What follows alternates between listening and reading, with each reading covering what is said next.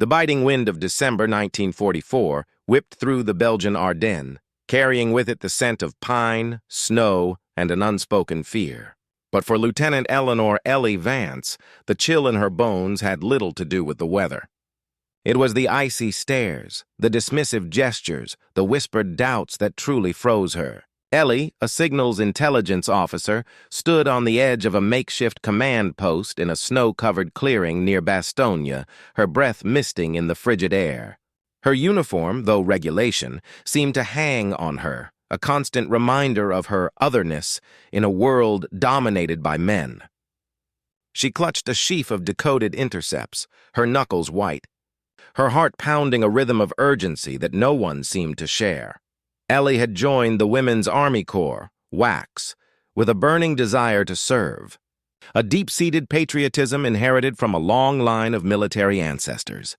Her grandfather had fought in the Great War, her father in the last, and she felt the call of duty with an intensity that surprised even herself. She excelled in her training, her sharp mind proving a natural fit for the complex world of codes and ciphers. Yet here, on the front lines, her intelligence and dedication were often overshadowed by her gender. Captain Miller, a gruff, middle-aged officer with a perpetually furrowed brow, barely spared her a glance as she approached.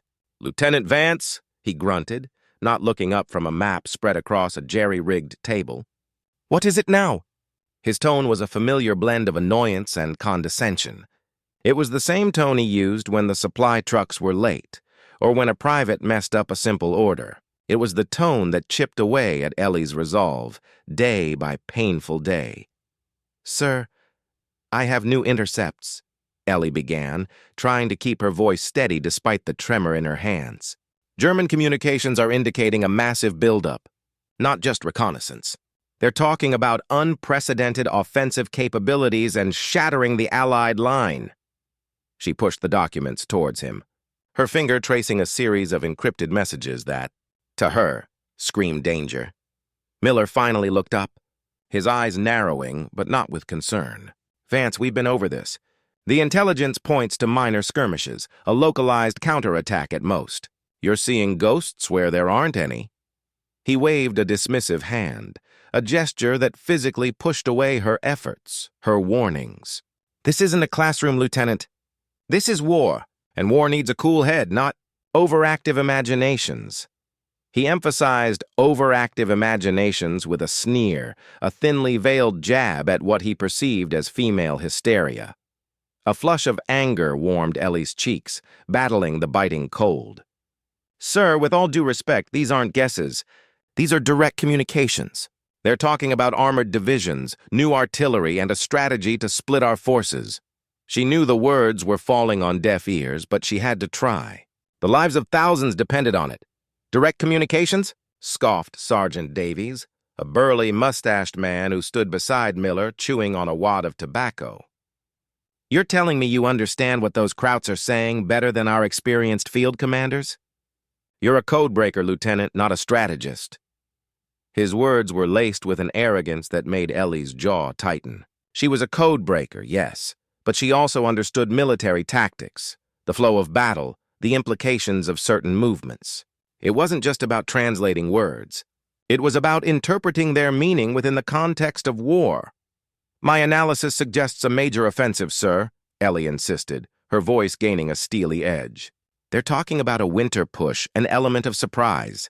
She remembered the frantic, almost gleeful tone in some of the intercepted messages, a confidence that sent shivers down her spine. The Germans weren't just planning a counterattack. They were planning a knockout blow. Miller sighed, running a hand over his tired face. "Look, Vance, I appreciate your enthusiasm, but frankly, you're becoming a distraction. This isn't the place for speculation. Stick to your numbers, your squiggles, whatever it is you do. Leave the grand strategy to us." He gestured vaguely at himself and Davies, as if they embodied all military wisdom. The dismissal cut deeper than any insult. It wasn't just her intelligence they were questioning. It was her very presence, her ability to contribute meaningfully. Ellie felt a familiar knot of frustration tighten in her stomach. She was used to it. Ever since she'd joined, there had been a steady stream of microaggressions, subtle put-downs, and outright slights. From the quartermaster who accidentally gave her oversized boots to the mess hall sergeant who forgot her rations. The message was clear. You don't belong here. She remembered her first week at the base back in the States. A sprawling military installation in a quiet suburban town in Ohio. Her arrival had caused a ripple of whispers and curious glances. Most of the men had never seen a woman in uniform outside of propaganda posters. "What's a dame doing in uniform?"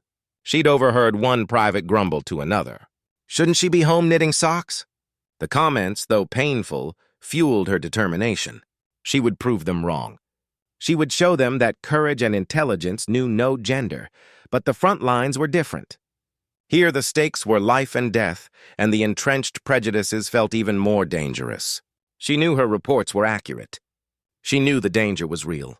But how do you convince men who refuse to see you, who refuse to hear you? Ellie retreated from the command post, the wind now feeling like a physical shove against her back. Her shoulders slumped, a rare display of dejection. She walked through the snow, past camouflaged vehicles and shivering GIs huddled around makeshift fires, their faces etched with the weariness of war. She could hear the distant rumble of artillery, a constant low growl that permeated everything. It was a sound that, combined with the escalating German chatter in her intercepts, filled her with a terrible sense of dread. She found solace, as she often did, in the quiet hum of her decoding equipment in a small, cramped tent. The tent, though cold and damp, was her sanctuary, a place where her mind could work without interruption, without the weight of others' skepticism. She pulled out a fresh stack of intercepts, her fingers flying over the pages, her eyes scanning for patterns, for nuances, for anything that could reinforce her warnings. As the day wore on, the intercepted messages grew even more alarming. The Germans were using specific code words mentioning Wacht am Rhein, Watch on the Rhine, a clear operational name for a major offensive. They were discussing logistics, fuel supplies, troop movements on a scale that dwarfed any localized counterattack. Ellie worked tirelessly, fueled by strong, bitter coffee and a growing sense of urgency. She transcribed, translated, and analyzed, drawing connections that were impossible to ignore. She even identified specific units, panzers and Volksgrenadiers, massing in the Schnee Eifel, a heavily forested, mountainous region that offered perfect cover for a surprise attack. She compiled a comprehensive report, meticulously detailing every piece of evidence, every chilling prediction. She even included a map marked with projected German thrusts based on their coded conversations. It was undeniable. It was a blueprint for disaster. With renewed resolve, she approached Captain Miller again, late that evening. The snow had begun to fall heavier, a thick blanket obscuring the already limited visibility. The air was thick with the promise of more winter.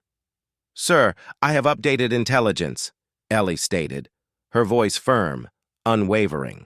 She held out the thick report, hoping its sheer volume might convey the gravity of the situation. "The intercepts are even clearer. This is not a skirmish. This is a full-scale offensive. They're targeting our supply lines, aiming for Antwerp." Miller looked up, his face grim, illuminated by the flickering lantern light. He took the report, but his gaze remained on Ellie, a flicker of irritation in his eyes.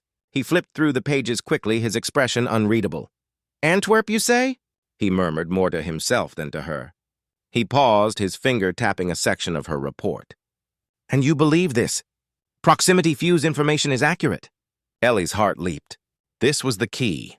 Buried within the German communications was a persistent, almost obsessive mention of improved fuses and shattering formations. It was a detail she hadn't fully understood, but it kept reappearing, a chilling undercurrent in their conversations. "Yes, sir. They seem incredibly confident about these new munitions. They're talking about their effectiveness against massed infantry and vehicles." Miller closed the report with a snap, the sound echoing in the tense silence. He didn't thank her. He didn't acknowledge her effort. He simply stared at her, his face a mask of weary disapproval. "Lieutenant Vance," he began, his voice low, "I understand you want to be helpful, but your interpretations are causing unnecessary alarm. The generals have their own intelligence. They have their own plans. Your job is to decode, not to command. The words hung in the air, heavy with unspoken accusation. He was calling her a provocateur, a meddler, someone who stepped outside her bounds. The injustice of it all burned within her. She was trying to save lives, trying to prevent a catastrophe, and she was being chastised for it. Sir, with all due respect, I believe this intelligence is critical, Ellie pressed, her voice trembling slightly but her gaze unflinching. If we ignore this, we risk being completely overwhelmed. Miller leaned forward, his eyes boring into hers. The morning of December 16th dawned with a brutal beauty. A thick fog clung to the snow-covered forests, transforming the familiar landscape into a ghostly, silent world. Ellie, wrapped in her threadbare blanket, shivered in her cot, the cold seeping into her bones. She'd barely slept, haunted by the images of her intercepts, the stark warnings echoing in her mind. A terrible stillness permeated the air, a silence that felt heavier, more ominous than the usual cacophony of war. Suddenly, the stillness shattered. A deafening roar ripped through the air, followed by a series of explosions that shook the very ground beneath her. The tent flaps billowed inwards, a fine spray of snow dusting her face. Artillery! Not the distant rumbling she was used to, but a close, terrifying barrage. The attack had begun. Ellie scrambled out of her cot, her heart hammering against her ribs. The camp erupted into chaos. Shouts of alarm, the frantic start of jeep engines, and the terrifying whistle of incoming shells filled the air. She threw on her boots and coat, her hands shaking as she fumbled with the buttons. She stumbled out of her tent, blinking in the dim, foggy light. The scene was surreal. Shells exploded in the distance, flashes of orange and red momentarily illuminating the swirling fog. Trees splintered, dirt and snow geysered into the air, and the ground trembled with each concussive blast. Men ran in every direction, some shouting orders, others simply yelling in fear. "They're everywhere!" a frantic private screamed, stumbling past her. "The Krauts! They came out of nowhere!" Ellie knew where they came from. She had seen it in the intercepts, mapped it out, warned them. But no one had listened. The bitter truth hit her with the force of a physical blow. Her warnings had been ignored, and now the consequences were unfolding in a horrifying symphony of destruction. She saw Captain Miller, his face pale and grim, barking orders into a field telephone. Sergeant Davies, his usual swagger replaced by a look of stunned disbelief, fumbled with his rifle. Their composure, their arrogance, had evaporated in the face of the enemy they had refused to believe existed. As the artillery barrage intensified, Ellie realized something chilling. The explosions weren't just random. They were precise, devastatingly effective. She saw a group of GIs trying to organize, to form a defensive line, only for a shell to explode directly above them, showering them with deadly shrapnel. Then another and another, shattering formations before they could even fully coalesce. "The proximity fuses!" Ellie gasped, the realization hitting her like a cold wave. The German intercepts had repeatedly mentioned improved fuses and their ability to shatter formations. She hadn't fully grasped the tactical implications until now. These weren't just ordinary artillery shells. These were airbursts. They exploded above the target, sending a deadly cone of shrapnel downwards, far more effective against entrenched or grouped infantry than traditional ground-burst shells. The Germans had sprung a terrifying technological surprise. The fog, which had initially seemed like a natural phenomenon, now felt like a cruel accomplice, masking the enemy's advance while amplifying the chaos. German tanks, their menacing silhouettes barely visible through the swirling mist, began to rumble into view, their machine guns spitting fire. The distinct rattling roar of Panzer engines cut through the din of battle. Ellie found herself instinctively ducking behind a fallen tree as bullets whizzed past, tearing through the branches above her. Fear, cold and sharp, coiled in her stomach. But beneath the fear, a different emotion began to simmer, a burning indignation. All those ignored warnings, all those dismissive looks, all that scorn. For what? For this? For a preventable disaster that was now unfolding before her eyes? She saw Private Johnson, a fresh-faced young man she had occasionally shared a cup of coffee with, fall to the ground, clutching his stomach, his eyes wide with shock. His helmet lay a few feet away, a stark reminder of the fragility of life. This was no longer just about vindication. It was about survival. As the German attack pressed forward, the American lines quickly buckled. The element of surprise, combined with the devastating effectiveness of the proximity-fused artillery, was proving overwhelming. The communication lines were cut, the command structure fragmented. Chaos reigned. Ellie, despite her lack of combat training, found herself moving, driven by an instinct to help, to survive. She saw a medic frantically trying to tend to a wounded soldier exposed to enemy fire. Without thinking, she grabbed a discarded rifle, a heavy, unfamiliar weight in her hands, and instinctively began to lay down suppressive fire, aiming vaguely in the direction of the enemy tanks. Her shots were wild, ineffective against the armored behemoths, but the act itself was a defiance, a refusal to be a passive victim. A powerful explosion rocked the ground nearby, sending her sprawling. She scrambled back up, her ears ringing, her head throbbing. Her eyes scanned the chaotic scene, trying to make sense of the unfolding nightmare. She saw groups of American soldiers surrendering, their hands raised in defeat, their faces etched with despair. Others were fighting valiantly, desperately, against impossible odds. She spotted Captain Miller, huddled with a small group of men returning fire from behind an overturned jeep.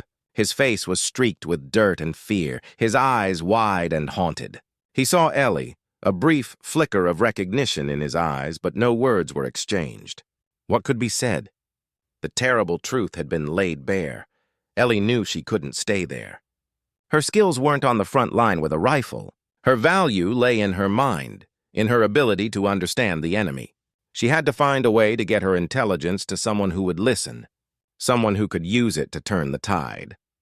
She moved through the wreckage, ducking from shell bursts and machine gun fire, her senses on high alert. The fog, though still thick, was slowly beginning to lift in patches, revealing more of the grim reality. Burning vehicles, fallen soldiers, the unmistakable signs of a rout. The sheer scale of the German advance was terrifying. They weren't just pushing, they were surging, a relentless wave of steel and fire.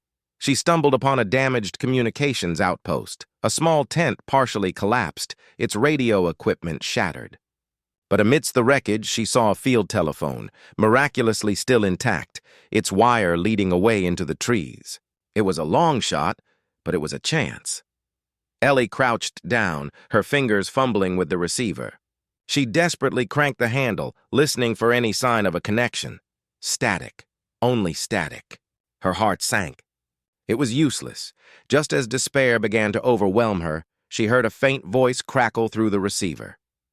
"Anyone? This is Dog Company. Do you read? We are under heavy assault. Repeat, heavy assault. Requesting immediate air support. Coordinates." The voice was weak, distorted, but it was there. "A connection. This is Lieutenant Vance." Ellie yelled into the mouthpiece, her voice hoarse, desperate. "Signals intelligence. I have critical information. The enemy is using proximity-fused artillery. Airbursts. You have to warn the forward units. They're shattering formations. They're targeting troop concentrations."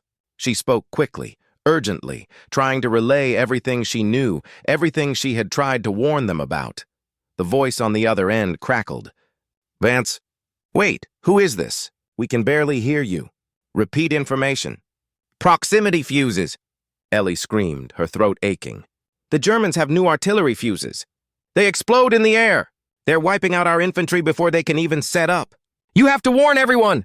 Advise dispersion. Advise staggered formations. They're aiming for concentrations of troops." There was a moment of silence, then a different voice, clearer this time. "This is Major Thompson, 101st Airborne. Lieutenant, is this confirmed? Proximity fuses?" The voice was strained, but there was a hint of desperate hope in it. "Yes, sir. I've been tracking their communications for days. They've been talking about it, about their improved fuses, their shattering formations. This is how they're doing it." Ellie felt a surge of adrenaline, a desperate hope that someone finally was listening. "Understood, Lieutenant. Repeat coordinates for enemy movements, anything you have." Major Thompson's voice was firm now, authoritative. The urgency in his tone was a stark contrast to Captain Miller's earlier dismissal. Ellie quickly rattled off the locations she had identified in her intercepts. The Schnee Eifel, the projected thrusts towards Bastogne, the intent to seize critical crossroads. She spoke of the armored divisions, the sheer numbers of the enemy. She poured out everything she had tried to convey for days, her words tumbling out in a torrent of vital intelligence. "Major, they're aiming for a complete breakthrough. They want to split our forces, to drive to Antwerp. This isn't a localized attack. It's a full-scale offensive." "Understood, Vance, thank you. We'll verify and disseminate this immediately. Hold your position if you can, and try to maintain contact." The line went dead.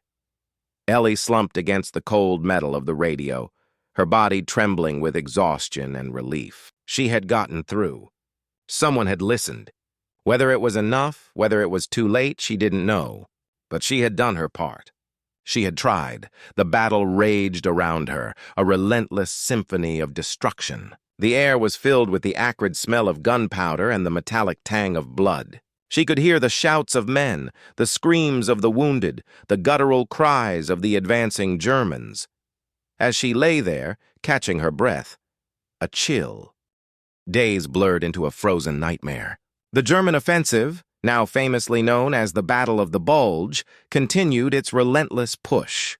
The initial shock and awe of the proximity fuses had taken a devastating toll, shattering Allied formations and plunging the front lines into disarray. But as the fog of war began to thin, and as news of the airburst artillery spread through the beleaguered American forces, adaptations began. Ellie, having miraculously managed to maintain contact with Major Thompson's unit for short, sporadic bursts became a vital, if unseen, link in the fractured communication network. She relayed German movements, decoded fresh intercepts, and, crucially, continued to emphasize the tactical importance of the proximity fuses. Her voice, once dismissed, was now being heard, amplified by the desperate need for intelligence. "They're moving towards the crossroads at Foy," she'd whisper into the crackling field phone, shivering in her thin uniform. "Heavy armor. Expecting to link up with the 2nd Panzer Division." "Understood, Lieutenant," Major Thompson would respond, his voice strained but steady. "We're relaying. Your information saved us a lot of casualties yesterday. We dispersed our patrols just in time." A small flicker of warmth ignited in Ellie's chest. Casualties saved. Lives spared. It was a powerful vindication, though a somber one, purchased at a terrible cost. The command post where she had been so roundly dismissed was now a shell-blasted ruin. Captain Miller and Sergeant Davies, along with many others from their unit, had been overrun in the initial hours of the assault. Ellie had seen the wreckage, the grim evidence of their fate. There was no joy in this, only a profound sorrow for the wasted lives, the unheeded warnings. Her own survival was a series of lucky escapes. She moved constantly, avoiding the main routes, her small decoding kit strapped to her back. She scavenged for food and water, often sharing her meager rations with other isolated soldiers she encountered. She was no longer just an intelligence officer. She was a survivor, a witness, a conduit of vital information in a chaotic, collapsing world. One frigid afternoon, while huddled in a half-collapsed barn, trying to get a faint signal on her field phone, she saw a small column of American soldiers making their way through the deep snow. They looked exhausted, their faces grim, but there was a grim determination in their eyes. Among them, she recognized a familiar figure. It was Captain Miller. He was limping, his uniform torn, his face grimy with dirt and stubble. His usual authoritative swagger was gone, replaced by a weary, haunted look. He looked older, broken. Sergeant Davies was nowhere to be seen. Ellie felt a surge of conflicting emotions. Relief that he was alive, pity for his obvious suffering, and a bitter resentment that still lingered from his dismissals. She hesitated, unsure whether to approach him. Miller looked up, his eyes scanning the barn, and then he saw her. His gaze, once so dismissive, now held a strange mixture of shock and something akin to shame. He stopped, his men moving past him, leaving him standing awkwardly in the snow. "Vance?" he rasped, his voice hoarse. You're alive." Ellie nodded, her expression unreadable. "Yes, sir." He limped closer, wincing with each step. I saw what happened to the command post. I assumed. I mean, everyone's scattered. He paused, his eyes falling to the ground. I was wrong, Lieutenant. The words, simple and direct, hung in the cold air. They were the words she had longed to hear for weeks, months even. Yet now that they were spoken, they brought no triumphant satisfaction, only a hollow ache. The cost of his realization had been too high. Your intelligence? Miller continued, looking up, his eyes meeting hers. About the offensive, about the scale and the proximity fuses. He swallowed hard. It was all true. Everything you said, we didn't listen. He spoke with a quiet humility that was utterly alien to his previous demeanor. Ellie just stared at him, unable to form a response. The vindication was there, undeniable, but it was overshadowed by the grim reality surrounding them. We were caught completely off guard, Miller continued, almost talking to himself. The way those shells exploded above us. It was unlike anything I'd ever seen. Men just dissolved, formations shattered. It was a slaughter. He shuddered, a raw, involuntary tremor running through his body. If we had listened, if I had listened... He trailed off, the unspoken regret hanging heavily in the air.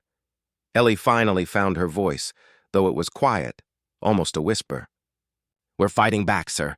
Major Thompson's unit is using my intercepts. They're adapting, dispersing. They're getting the word out about the fuses. Miller looked at her, a glimmer of respect, perhaps even awe in his eyes. You've been feeding them intelligence? All this time? Out here? He looked around at the desolate, war-torn landscape, then back at her, a young woman, cold, exhausted, but still resolute. You've been doing a hell of a job, Vance, a hell of a job. It was not the apology she had imagined, nor the grand pronouncement of her worth, but it was genuine, stripped bare by the brutal realities of war. It was an acknowledgment, born from the crucible of combat, and it carried more weight than any formal commendation. We just have to keep fighting, sir, Ellie said, her voice stronger now. Keep adapting. Keep hitting them where it hurts. Miller nodded slowly. You're right, Lieutenant. You're absolutely right. He looked at her then, truly looked at her, not as a whack, not as an inconvenience, but as a soldier, a vital asset. Can you get me a connection to Major Thompson? I need to get my men moving. We'll join up with his forces. We need every man we can get. Ellie immediately set about trying to establish contact. The connection was still weak, intermittent, but she worked diligently, her fingers nimble despite the cold. It took several agonizing minutes, but finally a faint voice crackled through.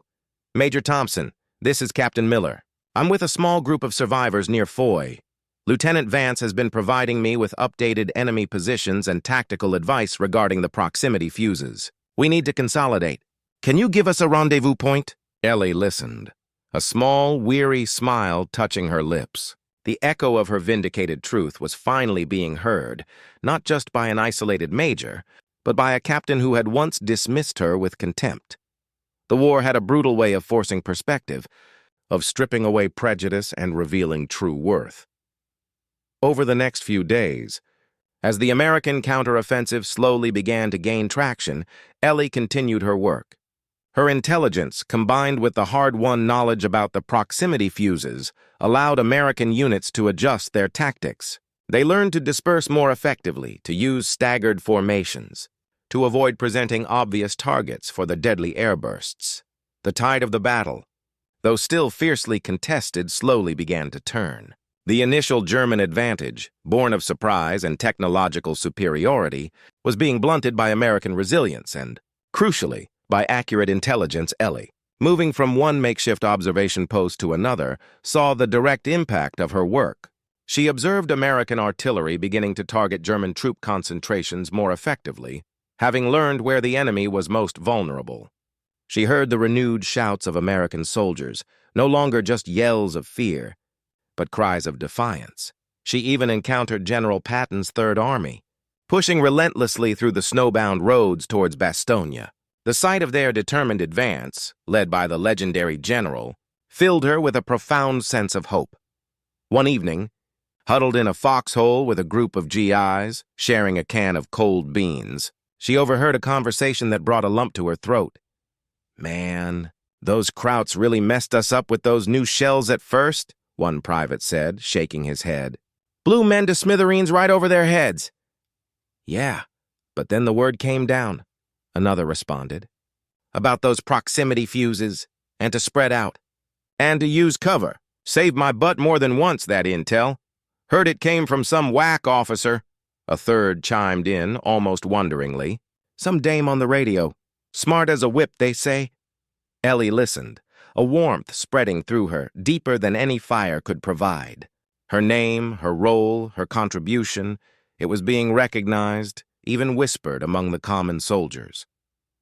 It was not a grand ceremony, not a medal, but a quiet acknowledgement, a hard-earned respect from the men whose lives she had indirectly helped to save. The Battle of the Bulge was far from over.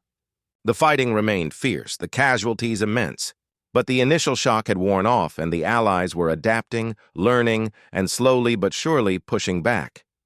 Ellie, the underestimated signals officer, had played a critical if unsung role in that adaptation. The echoes of her vindicated truth were resonating across the snow-covered battlefields, shaping the course of the war, one crucial piece of intelligence at a time. Her journey, born of dismissal and prejudice, was slowly transforming into one of quiet heroism and undeniable contribution, a testament to her strength and an unyielding belief in her own abilities. The brutal winter gave way to a slow, reluctant spring. The Battle of the Bulge, a terrifying chapter in the war, finally ended, leaving behind a landscape scarred by craters, scorched earth, and countless graves. The Allied forces, battered but ultimately victorious, pushed forward, driving the Germans back across the Rhine. Ellie Vance, now officially attached to a larger intelligence unit, continued her tireless work, her skills honed by the crucible of the Ardennes. Her reputation, though still quietly acknowledged within intelligence circles, had grown significantly. No one doubted her instincts anymore. Her intercepts were taken seriously, acted upon swiftly. She was still a whack, still one of the few women in a combat zone, but the dismissive glances and snide remarks had largely ceased. In their place was a grudging respect, sometimes even open admiration. The war had a way of stripping away superficial prejudices, revealing the true grit and competence of individuals, regardless of gender. One blustery afternoon in March, Ellie found herself in a field hospital, translating intercepted German medical requests, grim reminders of the enemy's own staggering losses. As she worked, a familiar figure approached her, limping heavily. It was Captain Miller. He was thinner, his uniform still worn, but there was a certain lightness in his step that hadn't been there before. He had been wounded in the final days of the Bulge, shrapnel in his leg, and was being sent back to a base in France for recuperation before being reassigned. "Lieutenant Vance," he said, a genuine smile touching his lips. It was the first time Ellie had seen him smile since before the offensive. "Captain Miller," Ellie responded, returning his smile. The old resentment had faded, replaced by a shared understanding, a camaraderie forged in the fires of battle. "They're sending me home for a bit," he announced, a touch of weariness in his voice. "A long trip back to the States. Thought I'd come say goodbye and—" "Thank you." Ellie blinked, surprised by the directness of his gratitude. "Thank me, sir?" He nodded, his gaze sincere. "For everything, for trying to warn us, for sticking with it even when I was too blind to see. And for your work during the Bulge. Your intel saved countless lives, Vance, including mine, I suspect." He shifted his weight, wincing slightly. "That word about the proximity fuses, it spread like wildfire. We adapted. We learned. And it made a difference. A huge difference." He extended a hand and Ellie shook it firmly. His grip was strong, warm. "It was my duty, sir," she said, her voice soft. "More than duty, Lieutenant," Miller replied, his eyes filled with a quiet intensity. "It was courage. You stood your ground, even when you were facing a wall of skepticism. That takes a different kind of bravery." He paused, a troubled expression crossing his face. "I was wrong about you, Vance. Wrong about a lot of things. War has a way of showing you what truly matters, and who really stands up when the chips are down." His apology, though late, felt complete. It wasn't just about acknowledging her intelligence. It was about recognizing her character, her strength, her undeniable contribution. It was a measure of respect earned through fire and blood. "Good luck, Captain," Ellie said, a genuine warmth in her voice. "You too, Lieutenant. Keep fighting the good fight, and don't let anyone ever tell you you don't belong." He gave her a final, respectful nod, then limped away, leaving Ellie with a sense of closure, a quiet satisfaction. As the war in Europe drew to a close, Ellie was transferred to a strategic intelligence unit, her expertise in signals intelligence and her understanding of German tactics proving invaluable in the final push. She wasn't on the front lines, but her work in decoding crucial messages, identifying enemy strongholds, and predicting their movements played a critical role in minimizing Allied casualties and accelerating the Allied victory. The war ended. The celebrations were joyous, overwhelming. Ellie, along with millions of other servicemen and women, returned home to the USA. The transition was strange, exhilarating, and tinged with a deep melancholy for all that had been lost. She returned to her quiet suburban town in Ohio, the same town where she had enlisted, the same town where she had faced initial skepticism. Her parents, their faces etched with relief and pride, welcomed her with open arms. But the Ellie Vance who returned was not the same Ellie Vance who had left. The war had forged her, hardened her, but also deepened her empathy.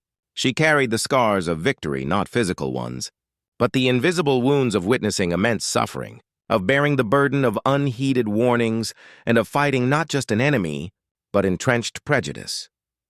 Life in America slowly returned to normal. Soldiers came home, industries shifted from war production, and the nation began to heal. But for Ellie, the past was never truly past. The memories of the Ardennes, the chilling sound of proximity-fused shells, the faces of the fallen remained vivid. She found it difficult to settle back into a conventional life.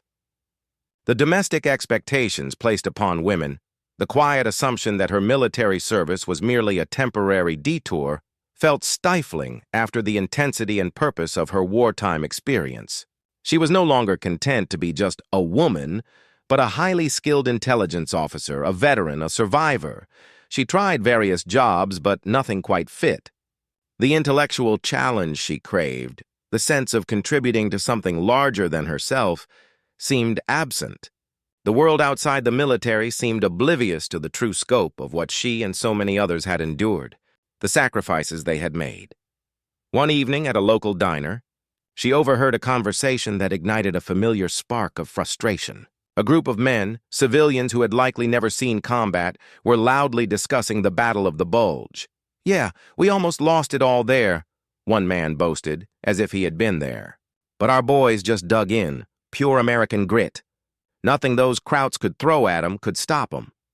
"Heard some stories about crazy new shells they had," another chimed in. "Exploded in the air or something. But our commanders figured 'em out quick enough." Ellie listened, a bitter taste in her mouth. The narrative was being rewritten, simplified, and sanitized. The role of intelligence, the desperate warnings, the terrifying effectiveness of the proximity fuses, all glossed over. The sacrifices of those who truly understood the threat, who had fought to be heard, were being erased. It was a small moment, seemingly insignificant, but it crystallized a growing sense of injustice within her. The truth of what had happened, the real lessons learned, the true heroes and heroines of that desperate battle, were being forgotten, or worse, misinterpreted. She finished her coffee, her jaw tight, a new resolve forming within her. She had fought to be heard in the war, and she would fight to ensure the truth of that war and her part in it was not lost to history. The journey for justice, for recognition, for the accurate telling of her story, was just beginning. The scars of victory might be invisible, but they carried a powerful, enduring message that she was determined to share. The next battle would be for the truth. Years passed, decades even. The suburban town where Ellie settled slowly transformed, new houses built, old stores closing, but some things remained stubbornly the same. Ellie, now in her 60s, her hair streaked with silver, still carried the sharp mind and resolute spirit that had served her so well in the war. She worked for a time as a librarian, a quiet profession that allowed her to be surrounded by knowledge, but she never truly felt at home. The call to something more, something that honored her past, always lingered. The national narrative of World War II continued to evolve. Documentaries, books, and public speeches often focused on the grand victories, the iconic leaders, the bravery of the fighting men. The Battle of the Bulge was remembered as a desperate but ultimately successful defensive stand, a testament to American tenacity. But the specifics of the German surprise, the devastating impact of the proximity fuses, and the critical role of intelligence officers like Ellie, particularly women, often remained footnotes, or were entirely omitted.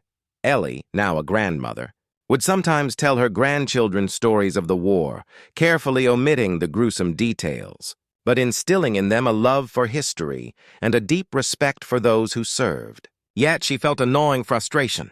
The full truth, her truth, remained largely untold.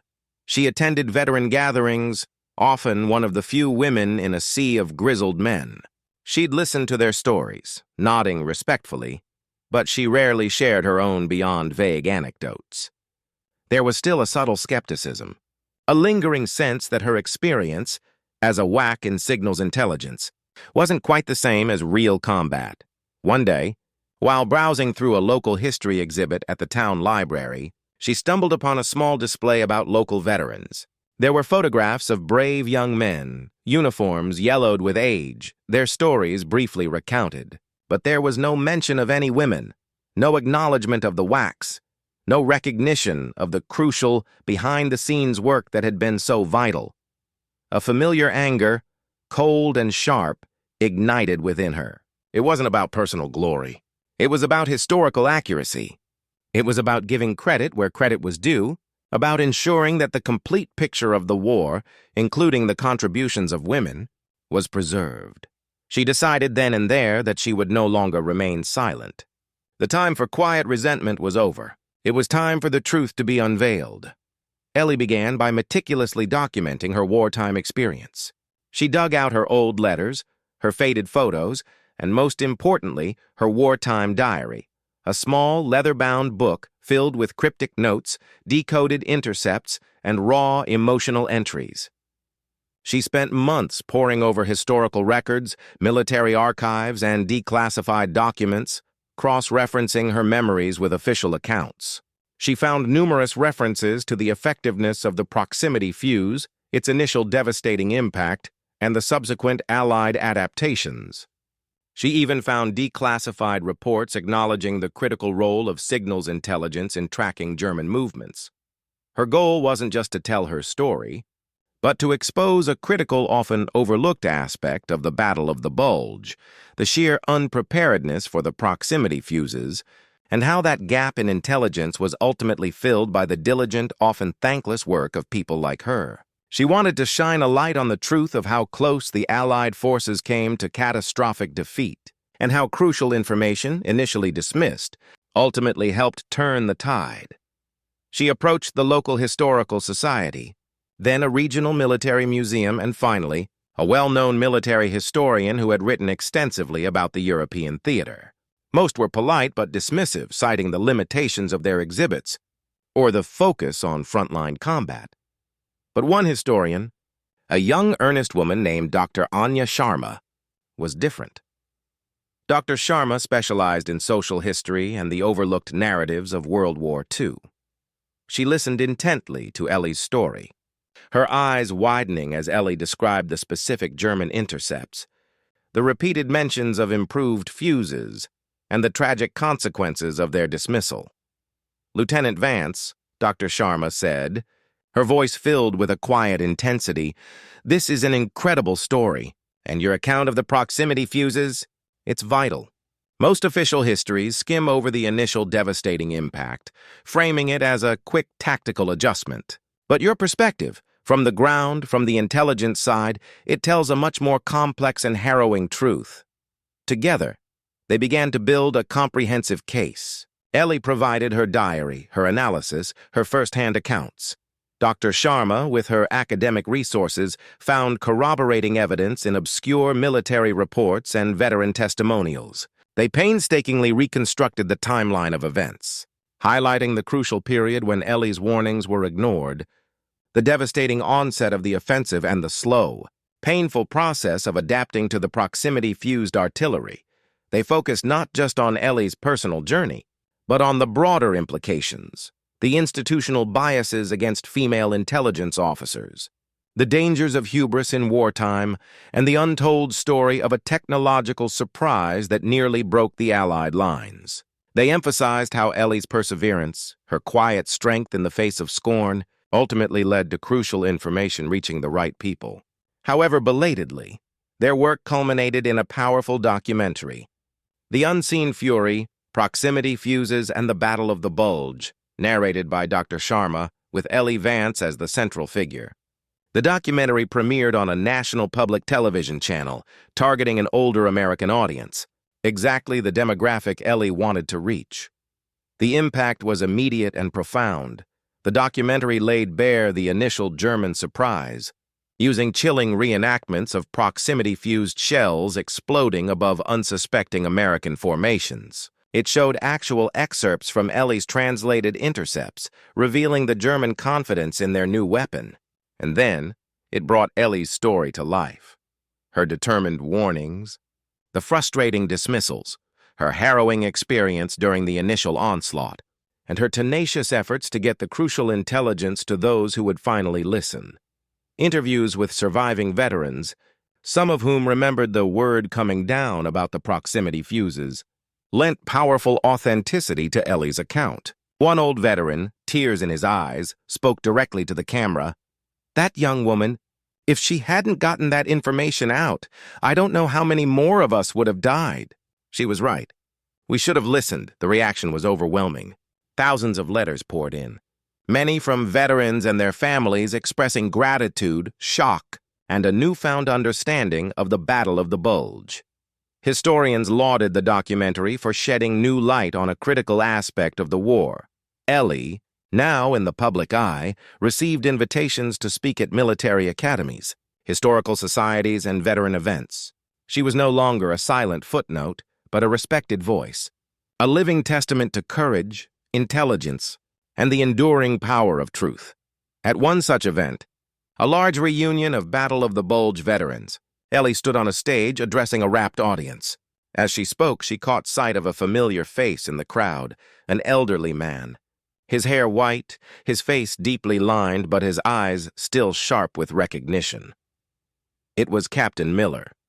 He sat in the front row, listening to her speak, his gaze fixed on her with an expression of profound respect and, perhaps a touch of wonder. As she finished, the room erupted in a standing ovation. Miller, slowly and deliberately, rose with the rest, his applause strong and unwavering. He met her gaze across the room, and this time there was no shame. No condescension, only a shared history, a mutual understanding, and a silent, powerful acknowledgement of a truth long overdue. Later, as the crowd dispersed, Miller approached her, a gentle smile on his face. "Lieutenant Vance," he said, his voice raspy with age. "Still fighting the good fight, I see?" Ellie smiled, a genuine, heartfelt smile that reached her eyes. "Always, Captain, always." "The documentary," he continued, "it was powerful. You told the whole story, the real story." He paused, his gaze thoughtful. "I'm glad you never gave up on the truth or on yourself." Ellie looked out at the faces of the veterans, the living history surrounding her. Her journey, born of a quiet patriotism and tempered by the brutal realities of war and the sting of dismissal, had finally reached its profound culmination. It wasn't just justice or redemption for herself, but for all those whose crucial contributions had been overshadowed, whose warnings had been ignored, and whose stories deserved to be told. The truth, like the resilience of the human spirit, had ultimately prevailed. The Battle of the Bulge had shattered formations, but Ellie Vance had shattered the silence, ensuring that the full measure of that devastating conflict and her vital part in it would forever echo in the annals of history.